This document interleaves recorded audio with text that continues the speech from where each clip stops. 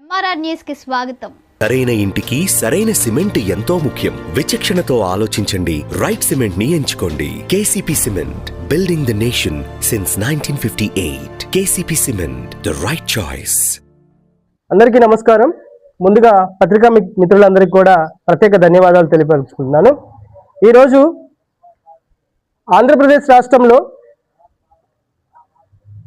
మనకి స్వతంత్రం వచ్చి 78 సంవత్సరాలు అవుతున్నప్పటికీ కూడా బీసీ జనాభా సింహభాగం ఉన్నటువంటి ఈ రాష్ట్రంలో కావచ్చు, దేశంలో కావచ్చు, ఎక్కడ కూడా బీసీ కులాలు అభివృద్ధి చెందలేని పరిస్థితి మనం చూస్తున్నాం. బీసీలు అభివృద్ధి చెందాలి అంటే మొట్టమొదటిగా ప్రప్రథమంగా రాజకీయంగా, ఆర్థికంగా, సామాజికంగా సమన్యాయం జరగాలి. ఈ 78 సంవత్సరాలలో పరిపాలించినటువంటి ఈ పాలకుల దగ్గర బీసీలని ఓట్ బ్యాంక్గా చూస్తున్నారే తప్ప బీసీలకు సంబంధించినటువంటి ఒక అంశాన్ని కూడా వీరు పని విధానంలో కనబరచట్లేదని చెప్పేసి తెలియపరచుకుంటున్నాం. ఈరోజు ఆంధ్రప్రదేశ్ రాష్ట్రంలో బీసీల పైన అనేక విధాలుగా దాడులు జరుగుతున్నప్పటికీ ఈ దాడులను ఖండించడానికి ఎన్ని సంఘాలు ఉన్నప్పటికీ కూడా మనకు బలం సరిపోయినటువంటి పరిస్థితి ఉన్నాయి. అది కేవలం ఐకమత్యం ద్వారా వస్తుందని చెప్పేసి మేము తెలియపరచుకుంటూ, అలాగనే ఈరోజు పత్రికా సమావేశం ఏర్పాటు చేయడానికి గల ముఖ్య కారణం ఏంటంటే బీసీ సంఘాల యొక్క మద్దతు కోసం, బీసీ కుల సంఘాల పెద్దల యొక్క ఆదర ప్రేమ కోసం ఈరోజు ఈ సమావేశం పెట్టడం జరిగింది. అయితే ఈ సమావేశంలో భారత చైతన్య యువజన పార్టీ రామచంద్ర యాదవ్ గారు జాతీయ అధ్యక్షులు రేపు ఫిబ్రవరి 22వ తారీఖున తలపెట్టేటువంటి బీసీ సింహ గర్జనటువంటి ఒక మహాసభను జయప్రదం చేయవలసిందిగా కోరుకుంటూ బీసీ సంఘాల యొక్క మద్దతును కోరుతూ ఈ సమావేశం ఏర్పాటు చేయడం జరిగింది. ఈ పల్నాడు ప్రాంతంలో ఇక్కడ ఉన్నటువంటి బీసీలకు ఎక్కడ అన్యాయం జరిగినా కానీ సరే ముందున్న వ్యక్తి డాక్టర్ జింకల నాగేశ్వరరావు గారు. తను దాదాపుగా 30 సంవత్సరాల నుంచి కూడా బీసీ కులాల కోసం, బీసీల ఉపకులాలలో ఉన్నటువంటి మిగతా జాతుల కోసం, వారి అభివృద్ధి కోసం పాటుపడుతున్నటువంటి ఒక మహా వ్యక్తి. ఆయన్ని ఈరోజు మేము ప్రప్రథమంగా కలిసి ఈ మాచర్ల పట్టణంలో బీసీ భవన్లో ఈ బీసీ ఆఫీసులో ఆయన మద్దతు కోరడం కోసమని ఈ సమావేశం ఏర్పాటు చేయడం జరిగింది. రేపు రాబోయే బీసీ సింహగర్జనలో బీసీలో ఉన్నటువంటి కుల దేవతలు ఎవరైతే ఉన్నారో వాళ్ళందరినీ కూడా గౌరవించుకుంటూ, కుల సంప్రదాయాలను కాపాడుకుంటూ, ఆత్మగౌరవాన్ని కాపాడుకోవడానికి ఈ సభ ఏర్పాటు చేయడం జరిగింది.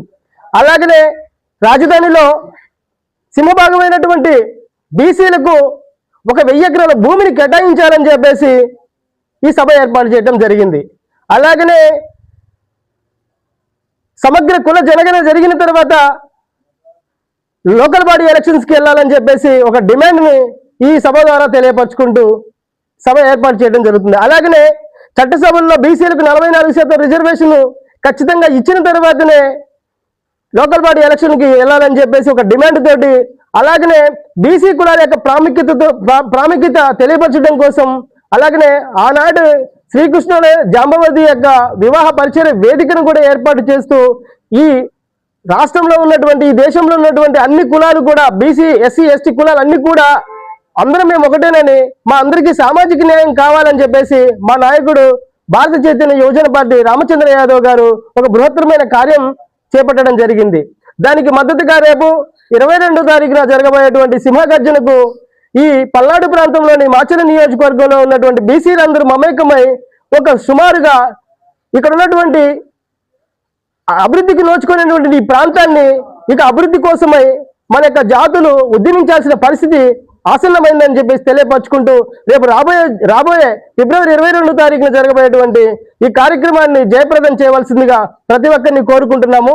అలాగనే ఈ మధ్య కాలంలో మన డాక్టర్ గారు చెప్పినట్టు కుల ఆచారాలన్నింటినీ కూడా, బీసీ కుల ఆచారాలన్నింటినీ కూడా కబ్జా చేస్తున్నటువంటి పరిస్థితి మనకి కళ్ళ ముందు కనిపిస్తుంది. ఒక చేనేత వస్త్రాలు తయారు చేసిన వాళ్ళు బీసీ వర్గానికి సంబంధించిన వారు వస్త్రాలు తయారు చేయడం కానీ అన్ని ఉంటుంది. కానీ వీరు మాత్రం పెద్ద పెద్ద షాపులు పెట్టుకొని, అంటే వీళ్ళు చేయాల్సిన వృత్తిని కూడా కబ్జా చేసినటువంటి పరిస్థితి చూస్తున్నాం. ఎలా అంటే షాపులు వీళ్ళు పెట్టుకుంటారు, చేనేతదారుడు బీసీ కులంగానే మిగిలిపోయాడు, అమ్ముకొని లాభాలు అర్జిస్తుంది మాత్రము అగ్రకులాలని చెప్పి తెలియపరుచుకున్నాం. అలాగనే ఇక్కడ ఉన్నటువంటి గనులు కానీ ఒంటరి కులస్తులకు ఇవ్వాల్సినటువంటి పరిస్థితి ఉంది. కానీ దీన్ని కూడా ఈ అగ్రకులాలు దోపిడీ చేసినాయని చెప్పేసి బాధపడుతూ చెప్పడం జరుగుతుంది. అలాగనే ఇక్కడ ఉన్నటువంటి వైన్సులు గౌడ సామాజిక వర్గానికి సంబంధించిన హక్కుగా భావించినాం. కానీ దాన్ని కూడా నామమాత్రపు 10% 2% రిజర్వేషన్ మనకిచ్చేసి దాంట్లో సబ్సిడీ మనకిచ్చేసి మిగతా అన్ని కూడా వీళ్ళు అగ్రకులాలు దోపిడీ చేస్తున్నాయి. ఇవి ఎక్కడ బీసీ కులాలు అభివృద్ధి చెందుతాయని ఒకసారి గమనించండి మిత్రులారా. అలాగనే కార్పొరేషన్ నిధులు ఉన్నాయి, కార్పొరేషన్ అని చెప్పి చెప్తున్నారు తప్ప దాంట్లో నిధులు లేని పరిస్థితి మనం చూస్తున్నాము.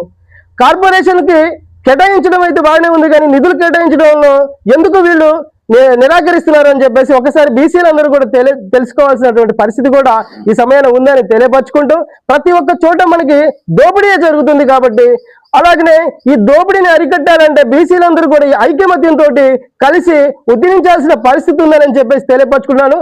ఎన్నో సంవత్సరాలుగా ఆయన ఆయప్రయాసతోటి ఈ రోజు ఈ నియోజకవర్గంలో ఈ రాష్ట్రంలో రాష్ట్ర ఉపాధ్యక్షుడిగా ఉండి ఎన్నో కార్యక్రమాలు చేపట్టినటువంటి పరిస్థితి మనం చూసాం. ప్రతిసారి ఏ గవర్నమెంట్ వచ్చినా కానీ సరే బీసీల మీద దాడులు చేస్తున్నాము, మనం ప్రెస్ మీట్లు ఇస్తున్నాము, కానీ వాళ్ళ యొక్క పంతా మార్చుకోవట్లేదు. అలాగనే వక్ర మార్గాన నైట్కి నైట్ రాత్రికి రాత్రి ఈడబ్ల్యూఎస్ తీసుకొచ్చి 10% లేనటువంటి సామాజిక వర్గాలు 10% రిజర్వేషన్ తీసుకొని మన యొక్క బీసీ కులాలు, ఎస్సీ కులాలు, ఎస్టీ కులాల యొక్క ఆత్మగౌరవాన్ని అంటే వాళ్ళ అభివృద్ధికి సంబంధించినటువంటి అంశాలను దోపిడీ చేస్తున్నా కానీ సరే ఈ రోజు మనం చూస్తూ నిరక్షులుగా ఉండాల్సిన పరిస్థితి వచ్చింది. కారణం ఏంటంటే భారత రాజ్యాంగంలో ఒకే ఒక మాట చెప్పారు ఆ రోజు డాక్టర్ బాబాసాహెబ్ అంబేద్కర్, ఎక్కడైతే నాకు అన్యాయం జరిగిందని రోడ్డు మీదకి ఎక్కామో అక్కడ భారత రాజ్యాంగం పూర్తి స్థాయిలో అమలు లేదని, భారత రాజ్యాంగమే లేదని చెప్పేసి ఆయన ఆ రోజు చెప్పారు. అలాగనే మహాత్మా జ్యోతిరావు పూలే ఒక బీసీ ఉద్యమ నాయకుడు. ఈ రోజు ఆ మహాత్మా జ్యోతిరావు పూలే లేకపోతే ఈ రోజు మన బీసీలు ఈ మాత్రం చదువుకొని ఉద్యోగాలలో ఉండేటోళ్ళం కాదు. కాబట్టి ఈ మహనీయుల యొక్క ఈ మహాపురుషుల యొక్క ఆత్మత్యాగాలను మనం ఒకసారి స్మరించుకొని ఈ మహాపురుషుల యొక్క బలిదానాలను మనం ఒకసారి తెలుసుకొని ఆ తెలియజెప్పేటువంటి సమావేశమే బీసీ సింహగర్జన అని చెప్పేసి తెలియపరుచుకుంటూ, అలాగనే ఆ మహనీయులకు మనం అందరం కూడా కృతజ్ఞులుగా ఉండాలి అంటే ఈ ఒకరికొకరికి ఐకమత్యం రావాలని చెప్పేసి తెలియపరచుకోండి. ఈ ఐకమత్యం లేకపోతే మనకు బలం లోపిస్తుందని చెప్తున్నాను. ఐకమత్యం లేకపోబట్టే ఈ రోజు మనం ఈ విధంగా దోపిడీకి దారుణాలకు గురవుతున్నామని చెప్పేసి తెలియపరచుకుంటున్నాను. కాబట్టి మిత్రులారా, ప్రతి ఒక్కరు కూడా రేపు జరగబోయేటువంటి బీసీ సింహగర్జనను జయప్రదం చేసి కులాల యొక్క బలాన్ని, కులాల యొక్క ఆత్మగౌరవాన్ని, కులాల యొక్క ఐకమత్యాన్ని చాటాలని చెప్పేసి దాని ద్వారానే మనకి రాజ్యాధికారం వస్తుందని చెప్పేసి తెలియపరచుకుంటున్నాను. జై భీమ్, జై భారత్, జై పూలే.